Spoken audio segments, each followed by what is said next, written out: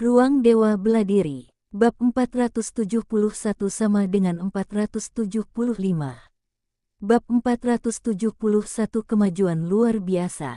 Waktu berlalu hari demi hari, bulan demi bulan, dan dalam sekejap mata, 3 tahun telah berlalu seperti kilat, lenyap tanpa jejak. Ye Siwen telah duduk di depan prasasti batu Great Destruction Stardust Fist selama setahun penuh tanpa bergerak. Aura Ye Siwen telah menjadi lembut. Aura yang awalnya agak kaku kini telah menjadi benar-benar lembut. Ia telah mencapai puncak tahap awal semi-santo. Selama 3 tahun penuh, ia belum membuat kemajuan apapun. Dia telah menekan kultivasinya. Dalam 3 tahun, dia hanya berlatih tinju debu bintang penghancuran besar hingga tingkat yang sangat tinggi.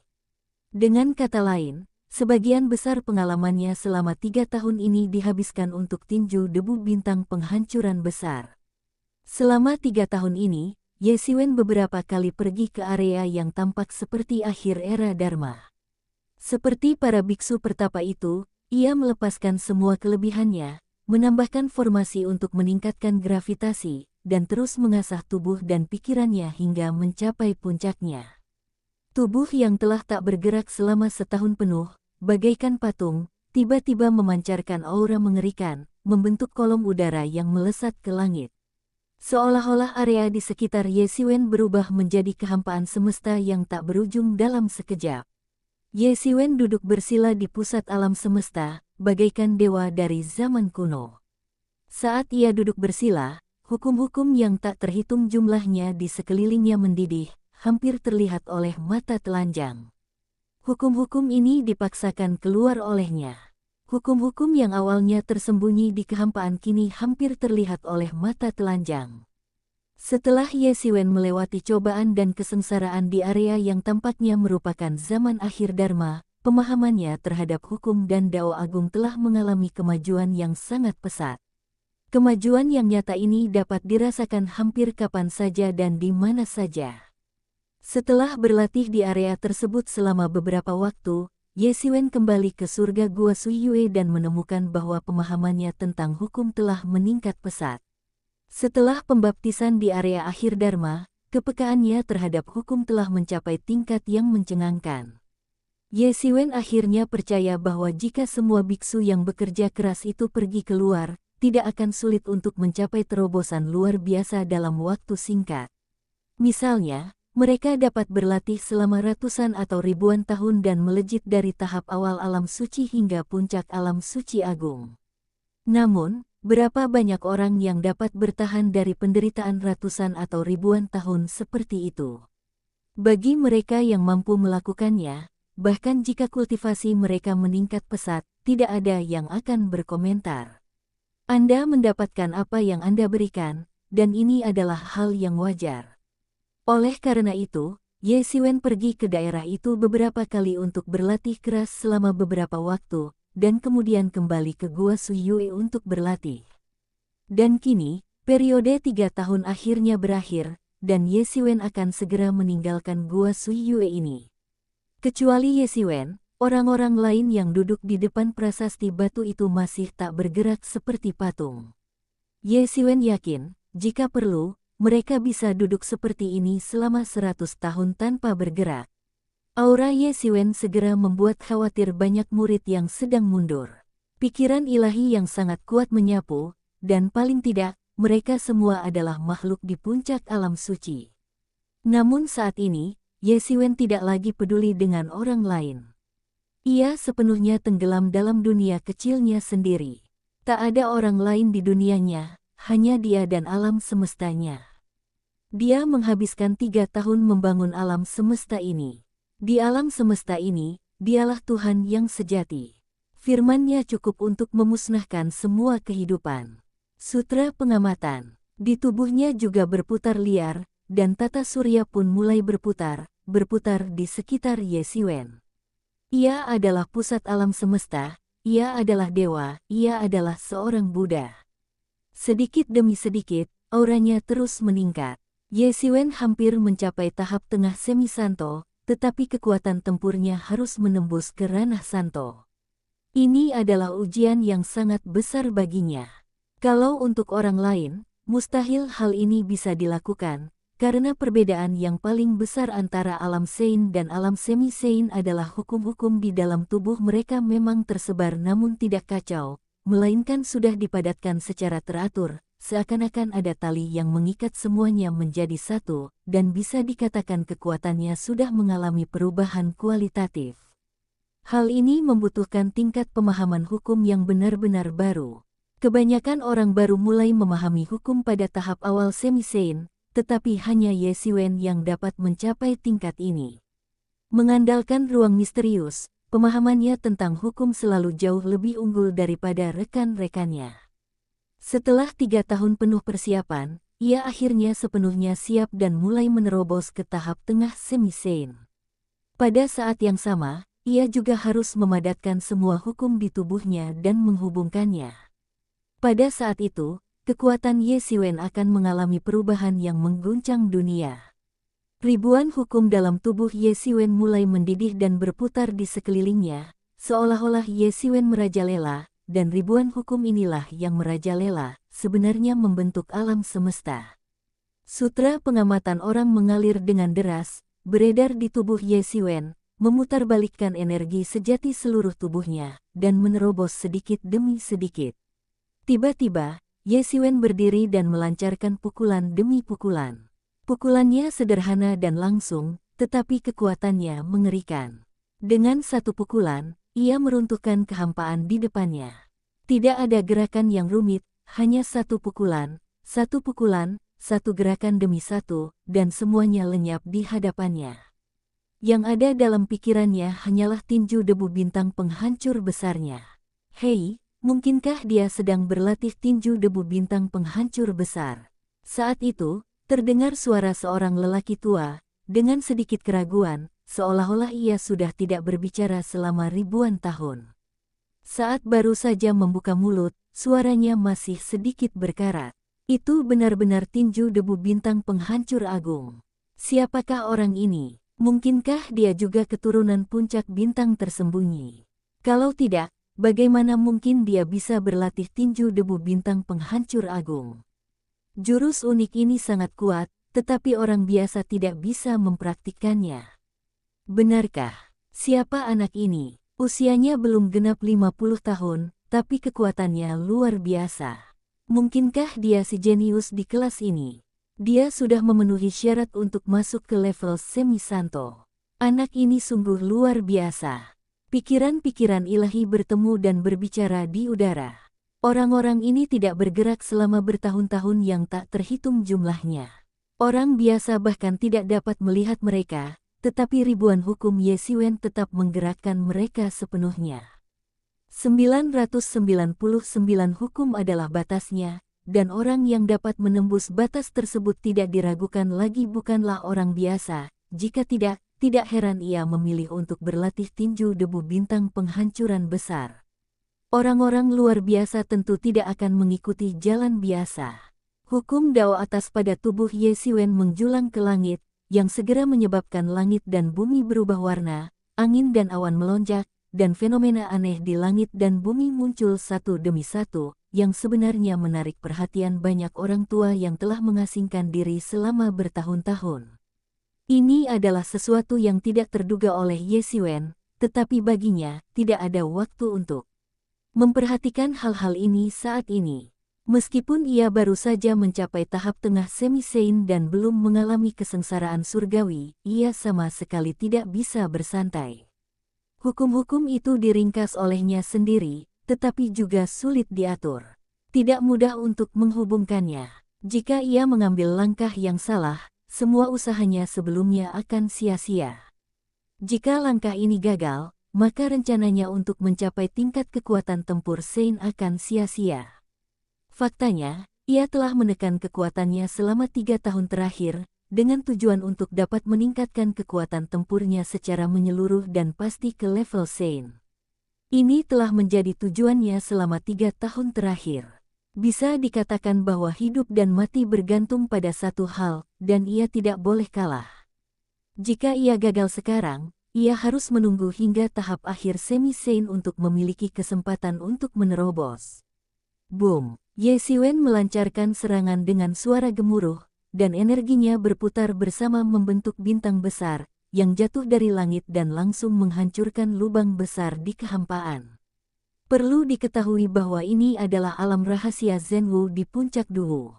Penguatan ruang di dalamnya mungkin bahkan lebih kuat daripada di puncak Duhu. Dalam hal ini, Ye Xiwen berhasil menembus ruang tersebut. Terlihat betapa mengerikannya pukulan debu bintang yang dilancarkan Ye Xiwen tanpa disadari. Jika Anda berlatih secara ekstrim, Anda dapat menangkap bintang dan bulan, dan menghancurkan dunia bukanlah hal yang mudah. Banyak rekan lama yang terhanyut dalam pikiran mereka, dengan raut wajah yang penuh kepuasan. Banyak dari mereka adalah senior-senior di Akademi Zhenwu. Tentu saja, mereka sangat senang melihat adanya penerus baru yang menjanjikan di Akademi Zhenwu. Ledakan, ledakan, ledakan. Ye Xiwen berlatih tinju debu bintang penghancuran besar berulang kali, semakin mahir. Awalnya ia masih agak asing, tetapi seiring waktu, ia semakin mahir, hafal, dan dapat menggunakannya dengan bebas. Meskipun Ye Xiwen menghabiskan waktu 3 tahun untuk memahami Great Destruction Stardust Fist, sebagian besar waktunya dihabiskan untuk memahami makna dari Great Destruction Stardust Fist, dan dia sendiri tidak memiliki pengalaman dalam mempraktikkannya. Namun Ye Xiwen membuat kemajuan pesat sedikit demi sedikit di bawah pengawasan mereka. Hampir setiap waktu, bahkan setiap gerakan merupakan suatu kemajuan, dan ia berubah dari gerakan kaku menjadi tidak terikat oleh setiap gerakan. Kemudian sesuatu yang lebih menakjubkan terjadi. Ye Xiwen benar-benar meninggalkan gerakan tradisionalnya, pukulan dan tendangannya sama sekali tidak terorganisir, namun tetap memiliki kekuatan yang luar biasa. Bab 472 memasuki tahap pertengahan semi-Sein. Di depan mata semua orang, kemajuan Ye Xiwen sungguh menakjubkan. Sekarang ia bahkan telah melepaskan semua jurusnya, dan setiap pukulan serta serangan telapak tangannya memiliki kekuatan yang luar biasa. Hal ini hampir membuat sekelompok orang ketakutan setengah mati, karena ini bukanlah teknik bela diri dasar atau menengah yang murah, tetapi sebuah warisan yang mengagumkan. Jurus bela diri seperti ini seringkali mengandung prinsip, karena dengan begitu, jurus tersebut akan menjadi lebih kuat. Jurus ini dapat mencapai titik mengalahkan lawan dengan jurus bela diri biasa yang biasa saja dalam hitungan menit, tetapi dengan warisan seperti ini, banyak dari mereka yang telah berlatih selama ratusan tahun dan belum mampu mencapai tingkat seperti itu. Namun, mereka benar-benar melihat Ye Xiwen mencapai level seperti itu. Gerakannya kaku di awal, tetapi sekarang cukup menakutkan untuk membunuh orang. Tentu saja, Ye Xiwen tidak tahu apa yang dipikirkan orang-orang ini, kalau tidak, ia pasti akan mati depresi. Meskipun kemajuannya tampak sangat cepat di depan. Semua orang, tidak ada yang menyadari betapa banyak upaya yang telah ia lakukan selama 3 tahun terakhir. Selama 3 tahun ini, ia sering duduk diam selama beberapa bulan hanya untuk memahami arti dari tinju debu bintang penghancuran besar. Setelah ia memahami artinya, gerakan-gerakan lainnya akan terasa alami baginya. Hanya masalah waktu untuk mencapai tingkat kemahiran tanpa gerakan apapun. Setelah sedikit latihan, ia dapat dengan mudah mencapai tujuan itu. Seolah-olah dia telah menguasai semua prinsip matematika, dan tidak peduli jenis soal matematika apapun, dia dapat memahaminya sepenuhnya hanya dalam sekejap. Demi memahami prinsip-prinsip seni bela diri ini, ia hampir menghabiskan 20 juta pil Ling Yuan yang dimilikinya, hanya menyisakan lebih dari 1 juta. Meskipun jumlah itu masih sangat besar untuk seorang semi-santo, itu masih jauh dari cukup baginya. Jangan lupa, ia telah menghabiskan hampir 20 juta pil Ling Yuan hanya dalam 3 tahun. Namun, semua upaya ini kini membuahkan hasil. Ia mampu memahami tinju debu bintang penghancuran besar hingga tingkat ini dalam waktu yang begitu singkat. Harus diakui, semua ini berkat pembakaran hampir 20 juta pil Yuan roh dan 3 tahun latihannya sebagai biksu pertapa. Ledakan, ledakan, ledakan. Ye Xiwen masih melancarkan pukulan penghancuran besar Stardust berulang-ulang. Tak lama kemudian, pikiran-pikiran suci yang melanda mereka pun kehilangan minat. Mereka hanya datang untuk menonton keseruannya, dan kini setelah menyadari tidak ada yang menarik untuk ditonton, mereka tiba-tiba kehilangan minat dan menarik kembali pikiran-pikiran suci mereka. Hanya Ye Siwen yang tersisa di sana, masih melancarkan Great Destruction Stardust Fist berulang-ulang. Lambat laun, hal itu menjadi semakin misterius. Boom! Entah sudah berapa lama Ye Siwen bertarung dengan kacau, lalu ia melayangkan pukulan lagi. Kekuatan pukulan ini menembus kehampaan, menyebabkan kekacauan berhamburan, lalu menghilang tanpa jejak. Pukulan ini seolah menghancurkan semua rintangan Ye Siwen dan membuka saluran di wilayah kekuasaannya. Momentum Ye Siwen tiba-tiba meningkat. Tiba-tiba membuka matanya, Ye Siwen merasakan kekuatan yang tak tertandingi mendidih di tubuhnya. Ia akhirnya membuka jalan menuju tahap tengah semi-Saint. Untuk momen ini, ia telah mempersiapkan diri selama 3 tahun, dan ia telah bekerja keras untuk momen ini selama 3 tahun ini. Dan sekarang dia akhirnya menuai hasil yang cukup dan akhirnya berhasil mencapai tahap tengah semi-Saint. Ketika ia menembus tahap tengah semi-Saint, hukum-hukum dalam tubuh Ye Siwen seolah terhubung oleh tali tak terlihat dan tiba-tiba memiliki jiwa, yang memberikan sentuhan akhir dan langsung merevitalisasi seluruh situasi. Aura Ye Siwen langsung menjadi kuat hingga ke tingkat yang tak tertandingi. Ia bahkan bisa merasakan bahwa jika ia melawan dirinya yang dulu, ia akan mampu mengalahkannya dengan satu pukulan. Inilah perbedaan kekuatannya. Terlebih lagi, peningkatan aura Ye Siwen belum berhenti, malah baru saja dimulai, karena hukum-hukum di tubuhnya mulai memadat dengan cepat. Berdasarkan 1000 hukum asli, hukum-hukum tersebut mulai memadat dengan cepat. Ini adalah proses kondensasi saat menerobos alam, dan kecepatannya jauh lebih cepat dari biasanya. Sebelumnya, Ye Siwen terjebak di tahap awal semi-Saint dan belum mampu mengondensasi lebih banyak hukum. Namun kini ia telah menembus tahap tengah semi-Saint, kekuatannya bahkan lebih dahsyat, dan kekuatan tubuh fisiknya juga telah mencapai tingkat yang lebih tinggi, dan akhirnya ia dapat mengondensasi lebih banyak hukum.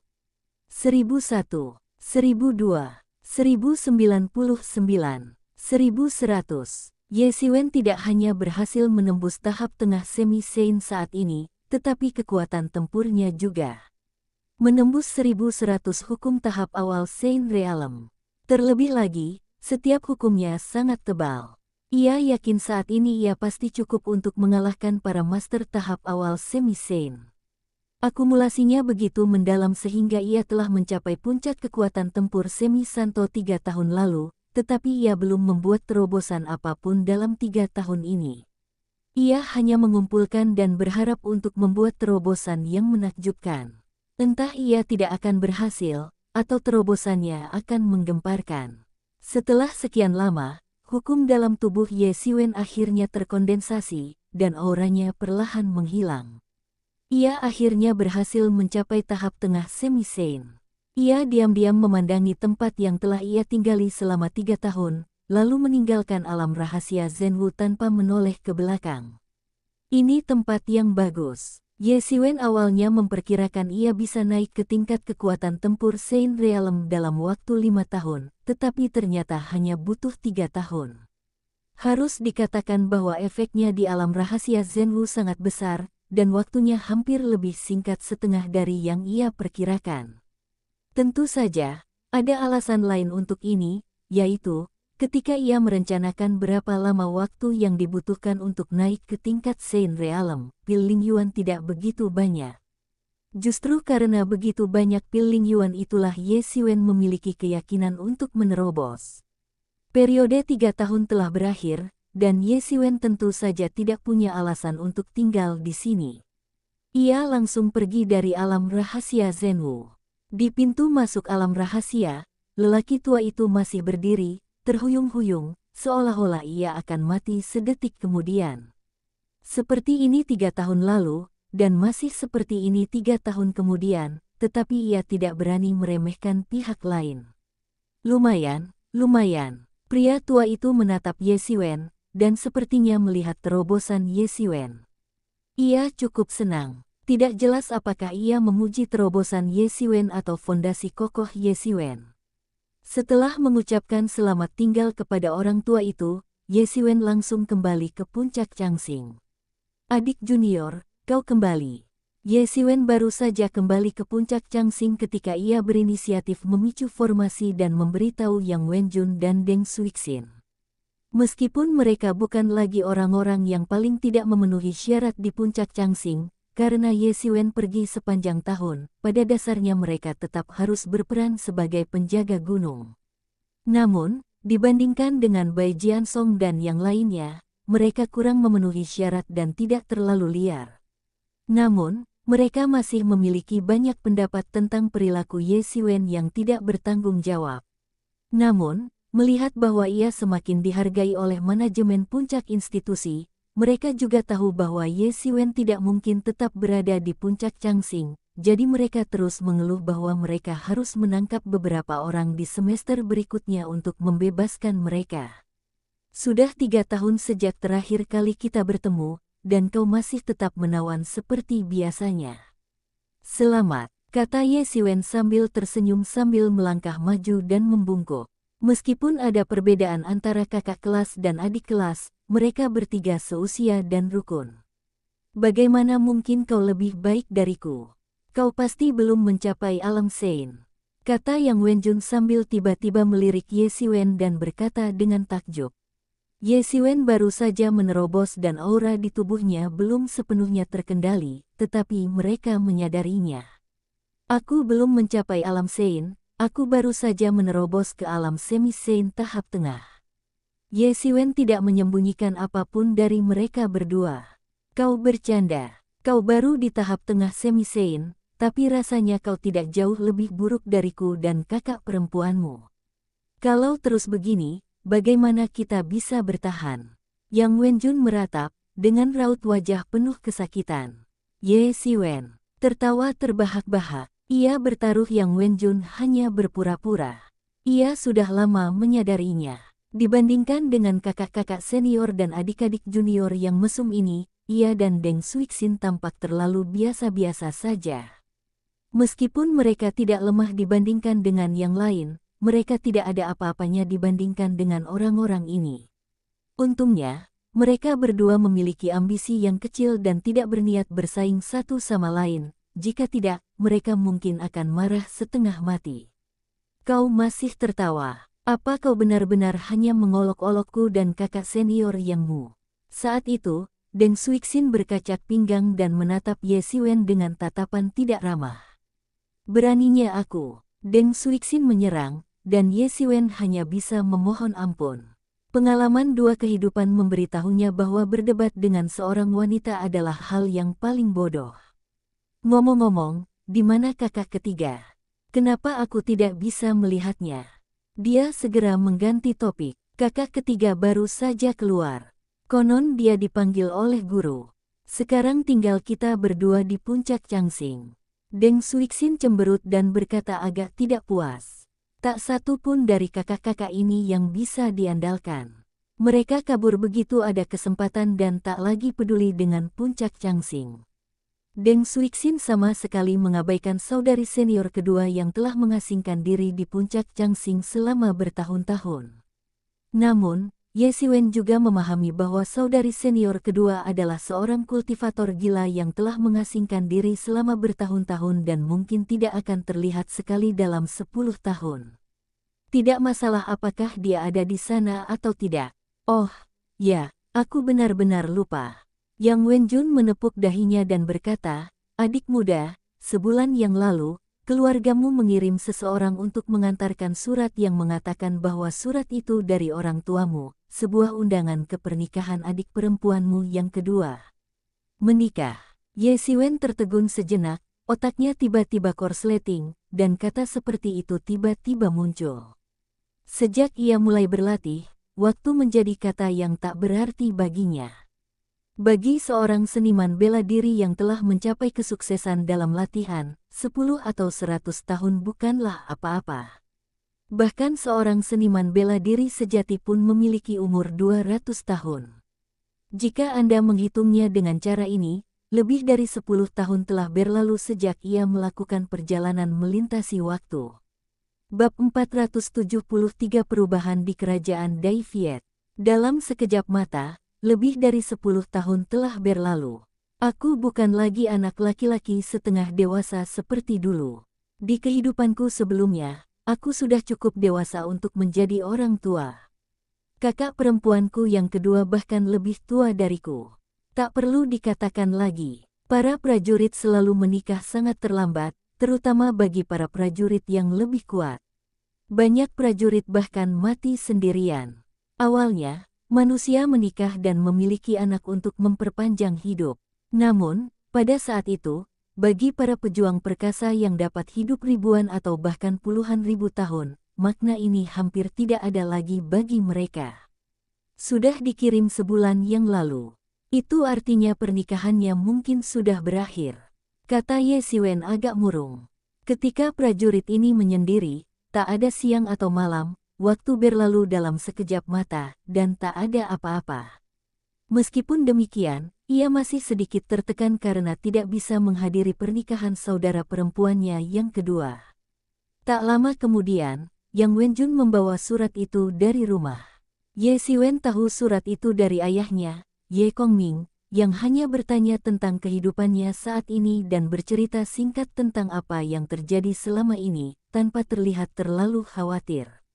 Namun, perasaan hangat mengalir di hati Ye Siwen. Ia tahu itu adalah kepribadian Ye Kongming. Sebesar apapun kepeduliannya, ia hanya akan mengatakannya dengan ringan dan tak menunjukkannya. Namun, kepeduliannya tetap sama. Hal ini mengingatkan Ye Siwen pada ayahnya di kehidupan sebelumnya. Bukankah ia juga sama? Lebih dari 1 dekade tidak mengaburkan ingatan masa lalunya, malah, ingatan itu semakin jelas. Ye Siwen tahu inilah obsesi di hatinya. Meskipun semua orang bilang obsesi itu buruk dan cara terbaik untuk mengatasinya adalah dengan menyingkirkannya, ia tahu tanpa obsesi ini, ia tak akan sampai sejauh ini. Ini pertama kalinya Ye Siwen menerima surat dari rumah setelah lebih dari 1 dekade. Meskipun Sekte Yiyuan berada ribuan mil jauhnya, mengirim surat ke rumah bukanlah hal yang mudah, bukan pula mustahil. Ia tahu itu karena keluarganya tidak ingin ia terlalu banyak berpikir, ingin ia fokus pada seni bela dirinya. Ye Siwen memeriksa tanggal di undangan. Pernikahannya hari ini, jadi dia langsung menerima undangan dan berkata kepada Yang Wenjun dan yang lainnya, "Terima kasih, kakak senior, karena telah menyimpan surat ini dari rumah untukku. Aku tidak akan bicara banyak lagi. Aku akan pergi sekarang. Waktunya terbatas." Ia tak ingin tinggal lebih lama lagi. Ia tak pernah begitu ingin pulang sebelumnya.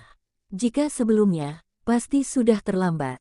Namun kini kekuatan Ye Siwen telah meningkat pesat, bahkan sebanding dengan para master di puncak alam Sein awal. Hari ini berbeda dengan masa lalu. Saat pertama kali menapaki jalan kuno, ia masih belum dewasa, namun kini ia telah tumbuh menjadi sosok yang terkenal. "Baiklah, adik junior, ayo pergi. Sampaikan salamku untuk paman dan bibi," kata Deng Suixin. Ia tahu Ye Siwen sangat ingin pulang, jadi ia tak banyak bicara. "Baiklah, selamat tinggal, kita bicara lagi nanti saat aku pulang," kata Ye Siwen, dan sayap iblis di belakangnya tiba-tiba terbuka. Seperti 2 awan emas raksasa. Seperti sayap yang menjuntai dari langit, Ye Siwen berubah menjadi seberkas cahaya keemasan dan lenyap sepenuhnya di depan kedua orang itu. Sialan, adik muda makin mesum. Ia tak kuasa menahan diri untuk mengatakan ini saat Ye Siwen menghilang dari pandangannya sesaat. "Adik junior berbeda dari kita. Dia punya masa depan cerah. Dia mungkin orang yang akan meneruskan perjuangan puncak Changsing di masa depan. Kita hanya bisa mengandalkannya," kata Deng Suixin. "Lupakan saja. Aku sudah tahu kalau adik muda dan kakak ketiga itu sama saja. Mereka memang kuat, tapi untuk meneruskan warisan, percuma saja mengandalkan orang-orang ini. Kita masih butuh orang-orang seperti kita yang mau bekerja keras dan menanggung kesulitan." Yang Wenjun terkekeh. Deng Suixin hanya memutar bola matanya, tetapi tidak membantah. Jika hanya mengandalkan yang kuat saja sudah cukup, puncak Changxing pasti sudah dibangkitkan berkali-kali. Meskipun hanya ada sedikit keturunan puncak Changxing dari generasi ke generasi, setiap generasi adalah guru yang tak tertandingi. Namun, puncak Changxing masih terbengkalai hingga kini. Melindungi bisnis keluarga bukanlah masalah, tetapi mustahil bagi yang lemah untuk meneruskan bisnis dan mencapai kebangkitan. Akademi Zhenwu di belakangnya semakin mengecil. Meskipun ia terbang cepat dan tergesa-gesa, hal itu bukanlah halangan baginya dengan statusnya saat ini. Ia membentangkan sayapnya dan terbang menuju jalan kuno yang pernah dilaluinya sebelumnya. Setahun terakhir, Ye Xiwen telah mengalami hidup dan mati, dan menempa dirinya sepenuhnya sebelum ia dapat melangkahkan kaki ke gerbang Akademi Zhenwu. Dalam sekejap mata, 10 tahun berlalu dengan cepat, dan ia terbang kembali ke tempat asalnya, merasakan banyak emosi. 10 tahun kemudian, jalan kuno itu tak lagi tampak seperti dulu, dan hanya legenda samar dari generasi mereka yang tersisa. Ketika 100 tahun berlalu, dan generasi baru menginjakkan kaki di jalan kuno. Yang sama, mengulang semua yang telah dialami pendahulu mereka, semuanya kembali menjadi siklus. Kemampuan Ye Xiwen saat ini jauh lebih unggul daripada sebelumnya. Cahaya keemasan yang ia ubah hampir membelah langit. Hanya dalam setengah hari, ia bergegas kembali ke 10 kerajaan di wilayah tenggara dari Akademi Zhenwu.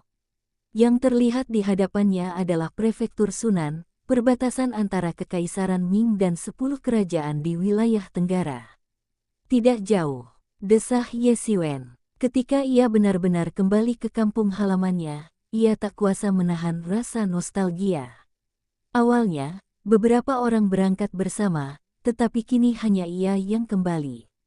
Jian Wuchen masih di Akademi Zhenwu, Xiaolang juga kembali ke Pulau Wan Yao, dan bahkan Ye Mo pun tertidur lelap.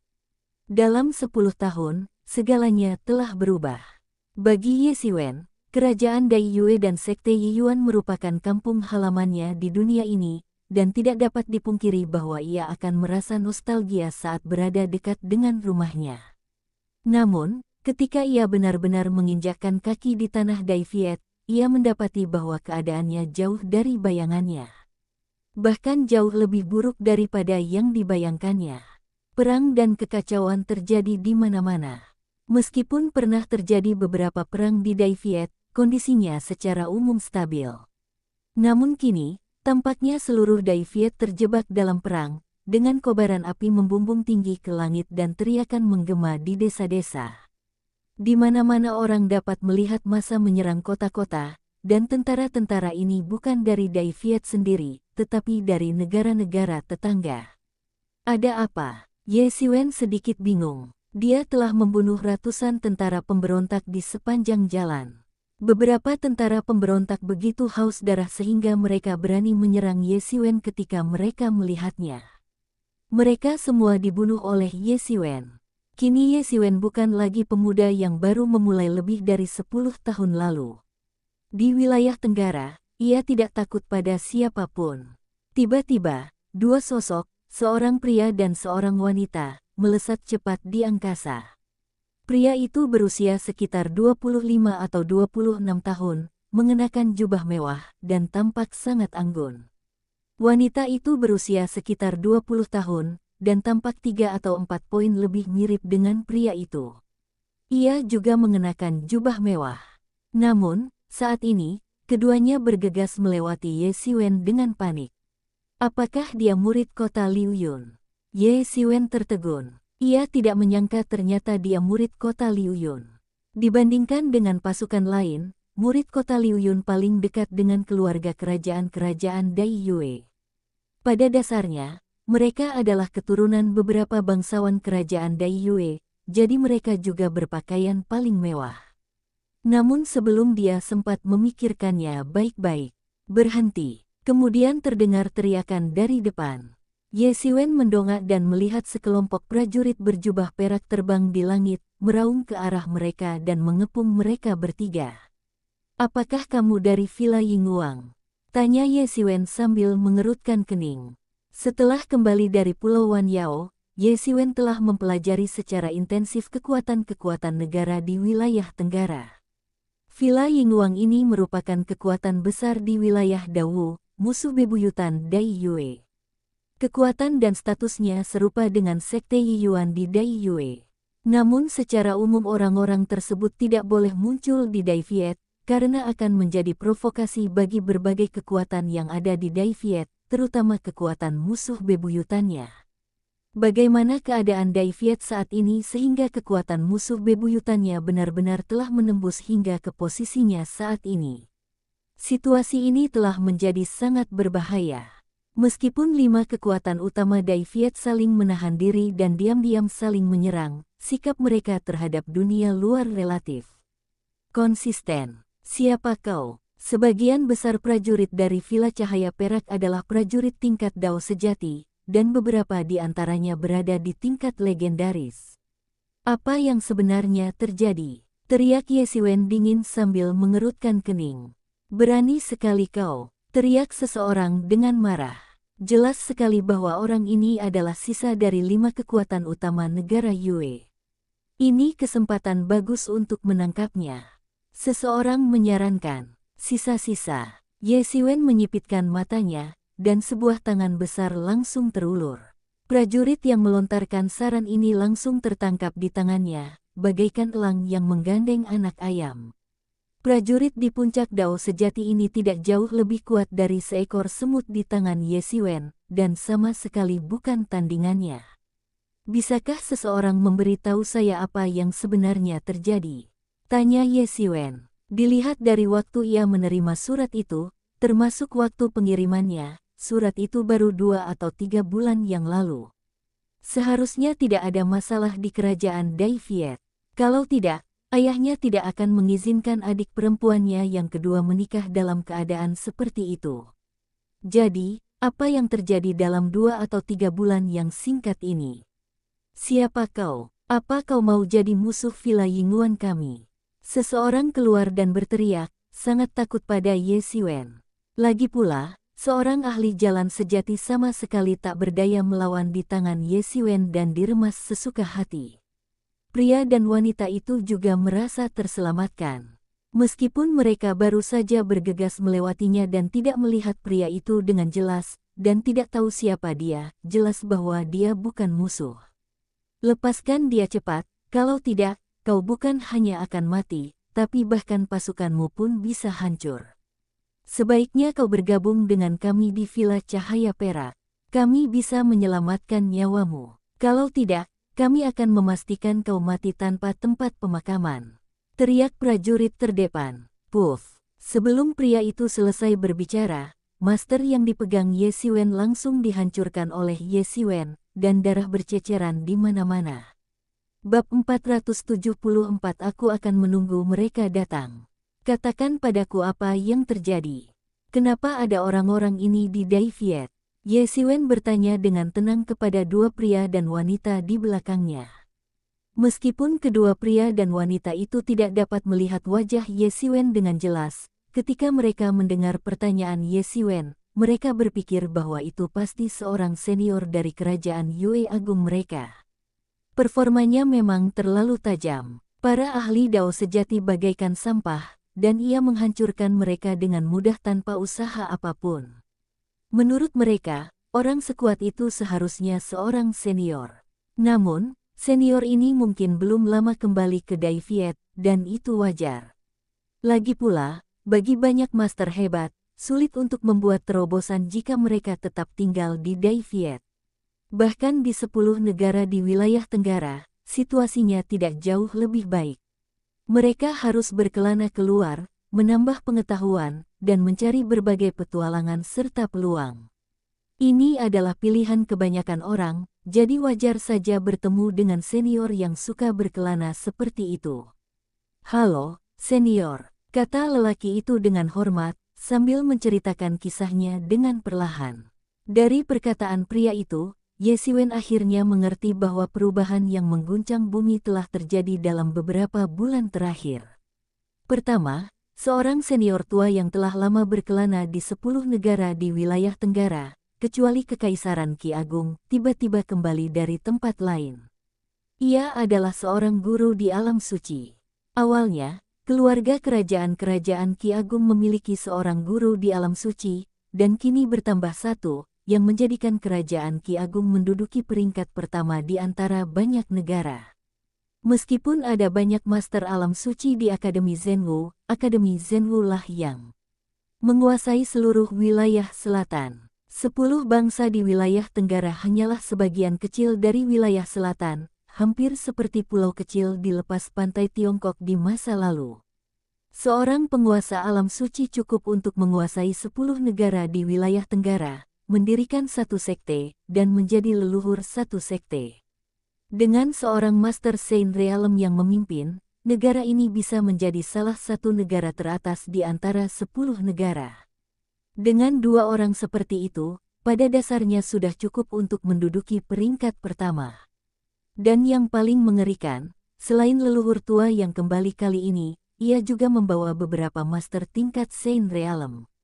Konon, para master ini berteman selama perjalanannya. Kini, semua kekuatan ini muncul di wilayah Tenggara, sangat menggembungkan ambisi negara Qi Agung. Dalam waktu singkat, mereka menyapu bersih 5 atau 6 negara. Kekuatan negara-negara tersebut musnah atau berafiliasi dengan keluarga kerajaan Qi Agung. Misalnya, Villa Cahaya Perak dari negara Wu Agung telah menjadi sekte afiliasi keluarga kerajaan Qi Agung, berperang untuk negara Qi Agung di negara lain. Terutama setelah memasuki negara Yue Agung, mereka membakar, membunuh, menjarah, dan melakukan segala macam kekejaman. Karena negara Yue Agung dan negara Wu Agung memiliki perseteruan yang sudah berlangsung lama, kekuatan masing-masing juga bermusuhan. Dibandingkan dengan perseteruan antar negara seperti itu, perseteruan antara beberapa kekuatan di dalam negara Yue Agung hanyalah permainan anak-anak. Di bawah serangan pasukan koalisi di bawah kekuasaan negara Qi besar, kerajaan Dai Viet praktis berada di ambang kehancuran. Kekalahan demi kekalahan, wilayah yang luas direbut, dan bahkan gerbang gunung sekte Yi Yuan pun dikepung. Jika bukan karena formasi kuat peninggalan pemimpin lama, sekte Yi Yuan pasti sudah runtuh sejak lama. Meski begitu, situasinya genting, dan keluarga kerajaan menderita kerugian besar. Tian Feng, salah satu dari 5 faksi utama, telah membelot langsung ke negara Qi Agung, sementara sekte lain, sekte Roh Darah, juga ingin merayu negara Qi Agung. Singkatnya, situasi saat ini menjadi semakin tidak menguntungkan bagi berbagai kekuatan di Dai Viet, dan seiring berjalannya waktu, semakin banyak kekuatan akan bergabung dengan negara Qi Agung, dan pada saat itu akan sangat mustahil untuk membalikkan keadaan. Menghadapi ambisi negara Qi Agung untuk menjadi Kekaisaran Qi Agung, banyak orang merasa tidak berdaya karena tidak ada cara untuk menghentikannya. Dan dari mulut pria ini, Ye Xiwen juga mengetahui bahwa pasukan koalisi yang sekarang diperintah oleh kerajaan Qi Agung sekali lagi mengepung Akademi Zhenwu. Karena kota Liuyun telah dipindahkan langsung ke kota Kekaisaran dalam menghadapi situasi yang begitu serius, gabungan kekuatan kedua keluarga segera menjadi musuh yang sulit dipecahkan. Hal ini membuat rumah sakit, yang telah rusak parah akibat invasi sekte pemuja setan, menjadi komoditas panas di mata pasukan koalisi. Di antara 5 kekuatan utama kerajaan Yue Agung, Tian Feng telah menyerah, dan sekte Sueling tak lama lagi akan menyerah. Kota Liuyun dan keluarga kerajaan telah sepenuhnya bersatu kembali. Dari sudut pandang ini, hanya sekte Yi Yuan yang menjadi incaran populer. Kehancuran sekte Yi Yuan juga dapat sangat menghalangi sekte Sueling dan mendorongnya untuk menyerah sesegera mungkin. Sekarang sekte Yi Yuan menghadapi krisis terbesar sejak invasi sekte pemujaan setan. Memikirkan hal ini, Ye Xiwen tidak ingin tinggal lebih lama lagi. Ketika para penguasa Villa Yingguan melihat Ye Xiwen meremukkan seorang ahli Dao sejati hingga tewas tanpa ragu, mereka tahu bahwa masalah ini tidak dapat diselesaikan dengan damai. Terlebih lagi, pria di depan mereka juga mengerikan. Mustahil bahkan bagi seorang pendekar legendaris untuk meremukkan seorang ahli Dao sejati hingga tewas dengan mudah. Kekuatan seperti itu membuatnya merasakan aura yang sangat berbahaya. Ia langsung terkejut dan bingung, lalu segera mengirimkan sinyal minta tolong. Setelah mengirimkan sinyal darurat, pria itu merasa sedikit lega. Tak lama lagi, bala bantuan akan tiba. Saat itu, sekuat apapun orang ini, itu akan sia-sia. Sekalipun dia seorang santo, dia akan menanggung akibatnya. Seorang penguasa alam suci, membantai sang suci, dia belum pernah melakukan hal sehebat itu. Sekilas bayangan kekejaman terlintas di benak sang pemimpin. Bagi banyak master di wilayah Tenggara, master di alam suci hanyalah sosok mistis. Lingkungan di wilayah Tenggara terbatas. Jika seseorang tidak benar-benar berbakat, sulit untuk mencapai alam suci.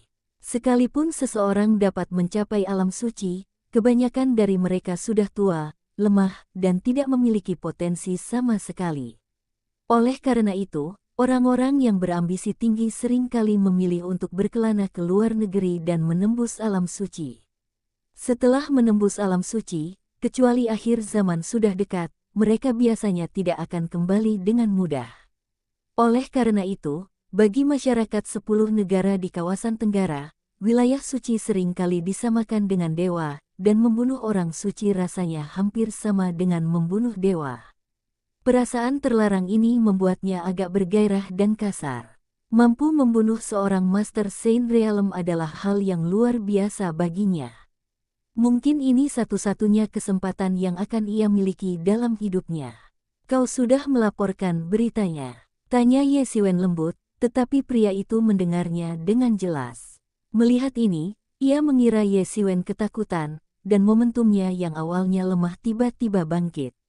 Ia menatap Ye Siwen dengan arogan dan berkata, "Yah, kau tahu kau takut sekarang, belum terlambat untuk menyerah sekarang." Sebelum ia selesai berbicara, sebuah tangan emas raksasa turun dari langit bagai awan keemasan.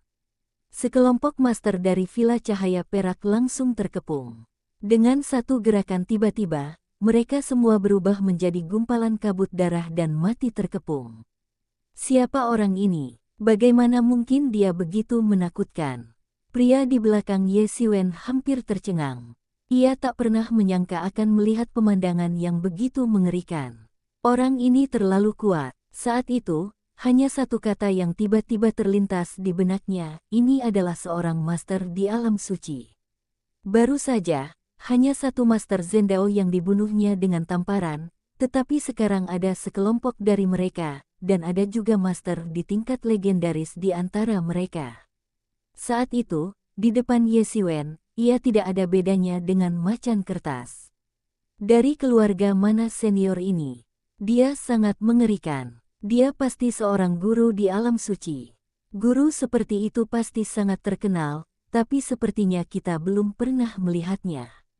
Kata wanita itu, "Senior." Pria itu muncul di belakang Ye Siwen dan berkata dengan kasar, "Senior, hati-hati. Orang-orang dari Villa Cahaya Perak itu tidak jauh dari sini. Mungkin ada monster tua di alam suci di antara mereka."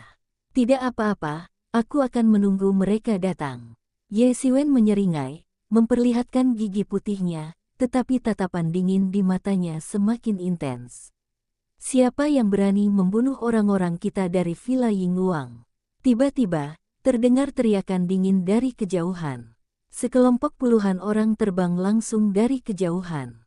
Masing-masing dari mereka adalah master tingkat legendaris, dan bahkan ada beberapa master tingkat semi-santo. Setelah menerima sinyal darurat, mereka semua bergegas mendekat.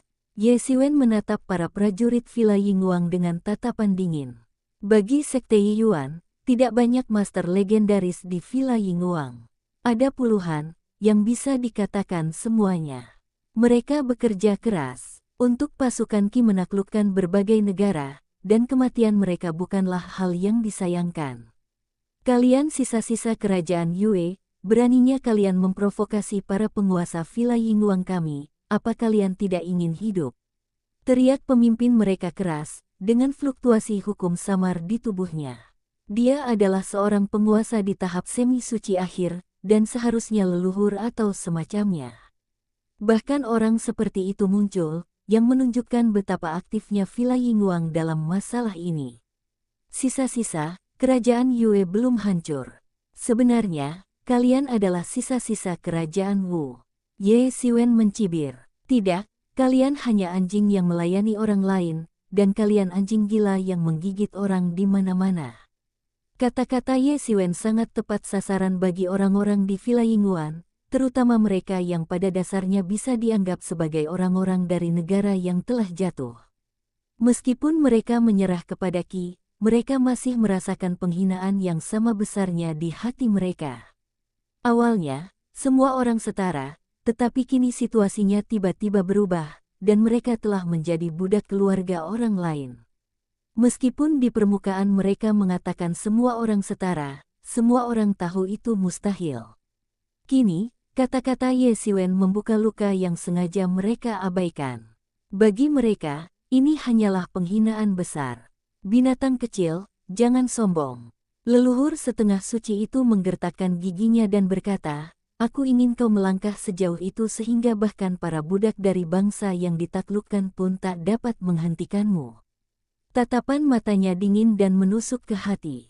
Bab 475. Apakah itu Ye Xiwen? Binatang kecil, jangan sombong begitu. Leluhur setengah suci itu menggertakkan giginya dan berkata, aku ingin kalian dari kerajaan Yue tidak lebih dari budak dari bangsa yang ditaklukkan. Semakin banyak leluhur semi santo akhir itu berbicara, semakin kuat auranya, karena aura Ye Xiwen hanya terlihat seperti aura semi santo tingkat menengah.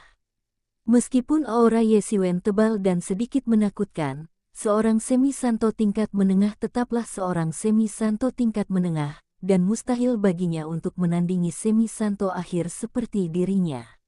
Budak dari bangsa yang ditaklukkan. Ye Xiwen melirik pria itu, dan langsung menggunakan tangan langit runtuh awan api. Namun, kali ini bukan tangan merah menyala, melainkan tangan emas. Tangan yang dibalut keilahian itu menghancurkan langit dan bumi, langsung meremukkannya.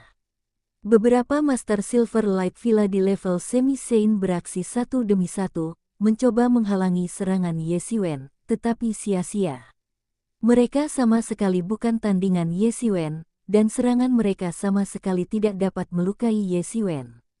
Saat itu, banyak prajurit telah berkumpul, menyaksikan pemandangan menakjubkan di depan mereka. Mereka hampir mati ketakutan. Seorang semi-santo tingkat menengah menghadapi beberapa semi-santo dan sekelompok master legendaris, dan ia berani mengambil inisiatif untuk menyerang. Keberanian seperti itu cukup untuk membuat orang takut setengah mati. Ledakan, ledakan, ledakan. Ye Xiwen, yang ingin mengetahui informasi spesifik tentang Sekte Yiyuan, tidak menunjukkan belas kasihan sama sekali. Dengan tangan besar, para master itu jatuh satu persatu seperti pangsit dalam panci.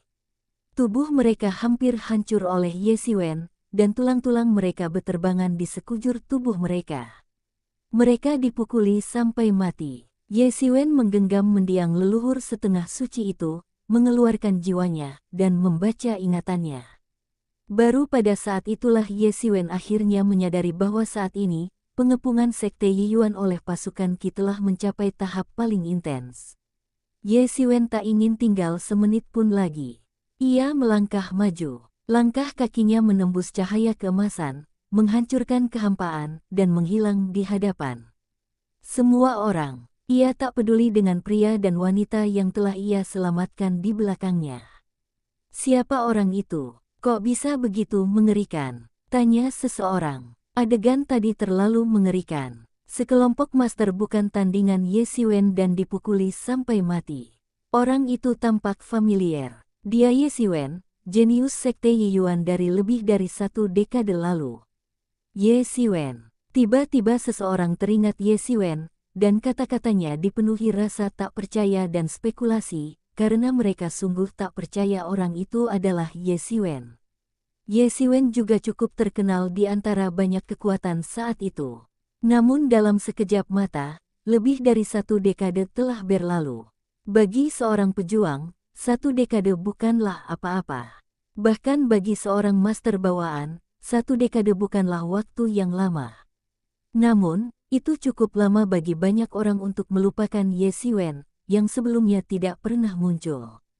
10 tahun sudah cukup bagi banyak orang untuk melupakan Ye Xiwen. Terlebih lagi, lebih dari 10 tahun yang lalu, Ye Xiwen masih muda. Akan ada beberapa kelompok pemuda seperti itu dalam 100 tahun. Dengan kepergian Ye Xiwen dan yang lainnya, sekelompok orang lain perlahan-lahan tumbuh dan secara bertahap membayangi prestise Ye Xiwen dan yang lainnya. Banyak orang telah melupakan Ye Xiwen dan yang lainnya. Meskipun Ye Xiwen sangat kuat di Akademi Zhenwu dan menjadi jenius di generasinya, ia ditakuti oleh semua orang, tetapi itu hanya di Akademi Zhenwu. Secara relatif, berita di wilayah Tenggara masih relatif tertutup. Ye Xiwen baru menjadi sorotan selama beberapa tahun, dan banyak orang belum pernah mendengar tentang Ye Xiwen. Tapi jelas, Ye Xiwen tidak memberi mereka kesempatan untuk bertanya dan menghilang dari pandangan semua orang. Semua orang menatap kosong ke arah hilangnya Ye Xiwen, tak tahu harus berkata apa untuk sesaat. Apa yang sedang terjadi? Sekalipun itu Ye Xiwen, itu terlalu mengerikan. Ketika Ye Xiwen pergi lebih dari 10 tahun yang lalu, ia bahkan bukan seorang legenda, tetapi sekarang, bahkan seorang Semi Santo pun tak mampu menahan satu serangan pun darinya. Kekuatan seperti itu cukup untuk menduduki peringkat teratas di wilayah Tenggara. Itu terlalu mengerikan. Pria dan wanita itu menatap Ye Xiwen yang pergi dengan perasaan campur aduk. Saat Ye Xiwen berbalik, mereka melihat dengan jelas bahwa itu memang Ye Xiwen. Mereka seangkatan dengan Ye Xiwen. Mereka juga merupakan elit di kota Liuyun dan pernah menjadi pusat perhatian semua orang. Namun saat itu, mereka sepenuhnya dibayangi oleh kejayaan Ye Xiwen DKK. Di hadapan Ye Xiwen DKK, mereka tampak agak redup. Mungkin Ye Xiwen tidak ingat bahwa ada dua lawan seperti itu, tetapi mereka sangat terkesan dengan Ye Xiwen. Ye Xiwen terlalu kuat, begitu kuatnya sehingga mereka tidak bisa melupakannya bahkan jika mereka mau. Kemudian, ketika Ye Xiwen pergi dan orang-orang perlahan melupakannya, generasi master baru pun tumbuh. Ketika mereka hampir melupakan Ye Xiwen, ia kembali ke wilayah Tenggara dengan sikap yang sangat kuat. Para master semi suci bagaikan kertas di hadapannya, hancur berkeping-keping hanya dengan sekali tusukan. Apakah para semi santo itu terlalu lemah? Tidak, Ye Xiwen lah yang terlalu kuat. Lebih dari 1 dekade telah berlalu, dan jarak yang mereka pikir telah mereka dekati dengan Ye Xiwen ternyata tidak menyempit, tetapi justru melebar. Aku tak menyangka hanya dalam 1 dekade lebih, dia akan menjadi begitu kuat.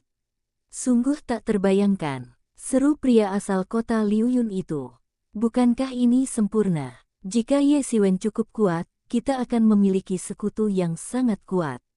Kata wanita itu, di antara 5 kekuatan utama kerajaan Yue Agung, kekuatan yang paling kecil kemungkinannya untuk menyerah, selain keluarga kerajaan, adalah kota Liuyun mereka. Kedua belah pihak hampir terikat, satu sama lain, dan mereka akan makmur dan menderita bersama-sama. Saat ini, melihat sekutu yang kuat datang tiba-tiba, tak terelakkan bahwa mereka akan bahagia.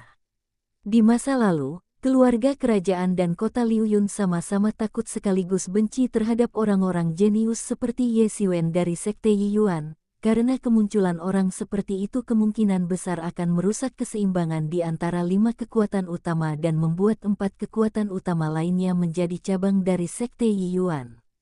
Untungnya, Akademi Zhenwu mulai menerima murid pada saat itu, yang memungkinkan sekelompok orang yang sangat berbakat untuk meninggalkan kerajaan Daiyue. Namun kini semuanya tampak berbeda. Semakin kuat Ye Xiwen sekarang, semakin ia menjadi penyelamat bagi banyak kekuatan di kerajaan Yue Agung. Bahkan jika ia menjadi pengikut Sekte Yiyuan, itu jauh lebih baik daripada dihancurkan. Perasaan ini membuat keduanya merasakan emosi campur aduk. Ayo kita pergi dan lihat. Ye Xiwen pasti sudah kembali ke Sekte Yiyuan. Jika kita pergi ke sana sekarang, kita mungkin akan menyaksikan pertempuran yang mengguncang dunia. Ayo, kita pergi bersama. Ye Xiwen menginjak cahaya pelangi, merasa cemas dan tak peduli untuk menahan napas. Napasnya yang kuat merobek langit, seperti komet yang melintas, membakar dengan ganas di angkasa.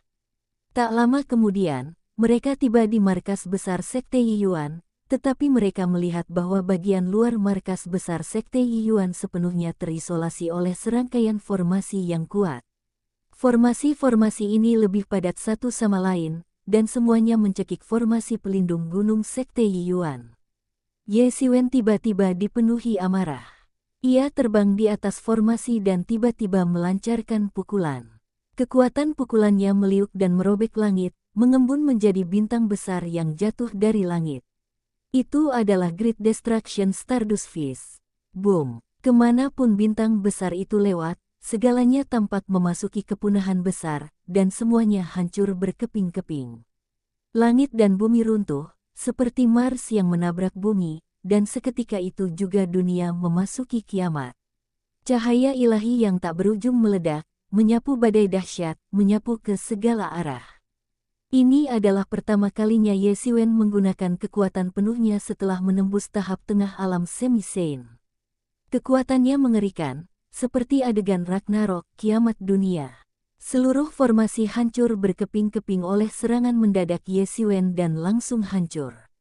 Kekuatan mengerikan itu tak bisa dilepaskan di bawah tekanan Ye Xiwen, dan langsung dilepaskan ke dalam formasi, langsung menghancurkan banyak master yang tak siap menjadi debu. Meskipun formasi besar memblokir sebagian besar kekuatan, ketika Ye Xiwen mengambil tindakan penuh, kekuatannya tidak kalah dari seorang master di puncak tahap awal alam suci. Ia sudah memiliki beberapa kekuatan suci dan sangat menakutkan. Siapa yang berani menyerang kekaisaran Ki Agung kita? Teriakan keras meletus dari formasi yang telah dihancurkan Ye Xiwen. Satu demi satu, sosok-sosok perkasa muncul darinya, dengan hukum-hukum dahsyat di tubuh mereka, darah, dan esensi yang melimpah. Mereka menyatu dan melesat ke langit, membentuk pilar-pilar udara. Tatapan mereka penuh tantangan. Mereka semua adalah semi-santo, dan hampir semuanya adalah master di tahap semi-santo akhir, tak kalah dari para leluhur Villa Cahaya Perak. Mereka mungkin monster-monster tua dari berbagai kekuatan yang telah menyerah setelah disapu oleh negara Qi. Kini mereka berkumpul dan menyerbu Ye Xiwen. Pantas saja Villa Yingluan menyerah. Kekuatan sebesar itu memang cukup untuk menyapu wilayah Tenggara, tetapi jika diberi kesempatan lagi, mereka akan mati di tangan Ye Xiwen. Menghadapi musuh yang sangat kuat, menyerah dapat dimaklumi, tetapi sekarang dengan sengaja bertindak sebagai anteknya. Dan menyerang Dai Viet merupakan kejahatan yang tidak termaafkan. Melihat formasi itu hancur, Ye Xiwen tidak berhenti. Ia melangkah maju dan langsung berubah menjadi naga emas, menyapu. Para setengah suci yang menyerbu ke arahnya terhempas begitu mereka menyentuh cahaya keemasan di tubuh Ye Xiwen. Engah! Banyak semi-santo memuntahkan darah dan tubuh mereka terpental ke samping. Tubuh Ye Xiwen begitu mengerikan sehingga mereka merasakan rasa manis di tenggorokan setelah terkena langsung oleh Ye Xiwen. Darah menyembur keluar, dan mereka tidak tahu berapa banyak tulang di tubuh mereka yang patah dan terpental ke belakang.